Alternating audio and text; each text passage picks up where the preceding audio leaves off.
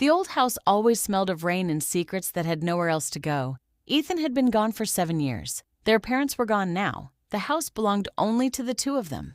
Claire stood at the top of the staircase when he walked in, barefoot, hair still damp, wearing one of his old shirts that fell just past her thighs. She looked at him the way she used to when they were teenagers, like the rest of the world had never existed. "Welcome home," she said softly. That night they sat on the back porch, sharing the last of their father's whiskey. Lightning flickered over the hills. Claire's knee brushed against his and stayed there. Neither of them moved away. "You still look at me the same way," she whispered. "What way?" "Like you're starving, and I'm the only thing left." His hand found the curve of her waist without thinking. She didn't pull away. She only breathed a little faster. They didn't kiss. They just sat there in the dark, close enough to feel each other's heartbeat, knowing something dangerous had already started. The days that followed became a quiet kind of torture. Claire would walk past his open door in nothing but a towel, water still sliding down her skin. She would ask him to help with the zipper, turning so her bare back was only inches from his hands. At night, she left her door slightly open. Sometimes he stood in the hallway longer than he should have, listening to the soft sound of her breathing, fighting the urge to step inside. One stormy evening, the power went out. Candles flickered.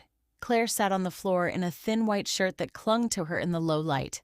Rain hammered the roof. She looked up at him, eyes dark and steady.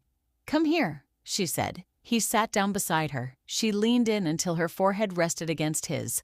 Their breaths mixed. Her fingers traced the edge of his jaw, slow and careful, like she was afraid he might disappear again. "Tell me this is wrong," she whispered. He couldn't. His hand slid into her hair. Their lips met. Soft at first, then deeper, hungrier, years of restraint breaking in a single kiss. She climbed into his lap, arms wrapping around his neck, body pressed tightly against his. They stayed like that for a long time, kissing slowly, breathing each other in, hearts racing, knowing they had crossed a line that could never be uncrossed. Outside, the storm kept raging. Inside the quiet house, something older and more dangerous than either of them seemed to smile. The next morning, the house felt different. Ethan woke to the smell of coffee and the soft sound of Claire humming in the kitchen. When he walked in, she was standing by the window, sunlight catching in her hair. She turned and smiled, but there was something careful in her eyes now, as if she was already preparing for the moment he would change his mind. They didn't talk about the night before, not at first. They moved around each other like people walking on thin ice, every accidental touch sparking something sharp and warm under the skin. That afternoon, Claire found an old wooden box in the attic while looking for extra blankets. Inside were letters tied with a faded ribbon, letters written in their mother's handwriting, addressed to someone who was not their father.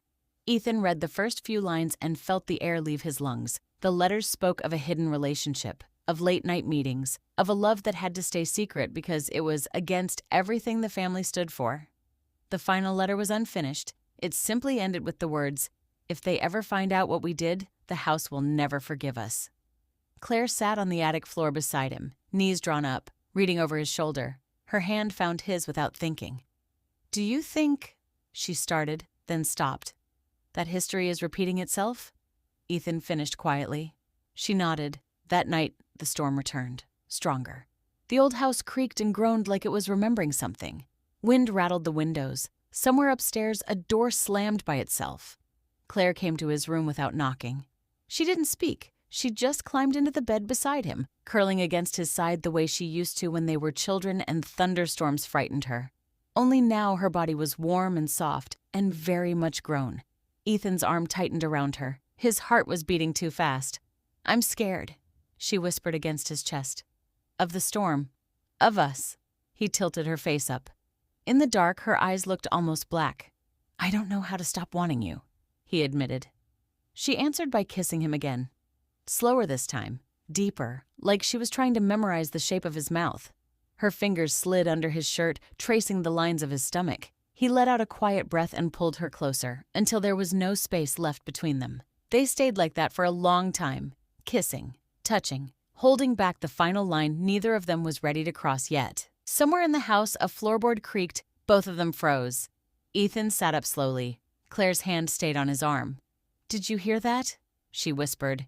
He nodded. They listened. The storm howled outside. Inside, everything was too quiet. Then, soft footsteps, coming down the hallway, stopping right outside Ethan's door. Claire's fingers dug into his skin. The doorknob turned. Slowly. The door opened just a few inches. A cold draft slipped in. For a second, Ethan thought he saw a shadow standing in the doorway. Tall, still, watching them. Then the wind slammed the door shut again with a sharp bang. Claire was shaking. Ethan got out of bed and opened the door fully. The hallway was empty. Only the old family portraits stared back at him from the walls, their painted eyes looking almost alive in the flickering candlelight. He closed the door and locked it. When he turned back, Claire was sitting up in bed, arms wrapped around herself. "I think the house knows," she said quietly. Ethan sat beside her and pulled her into his arms. She buried her face in his neck. "Then let it know," he whispered. "I'm not leaving again, and I'm not letting you go." Outside, the storm finally began to calm. Inside the locked room, two people who were never supposed to choose each other held on tightly, while something in the old house watched and waited and smiled.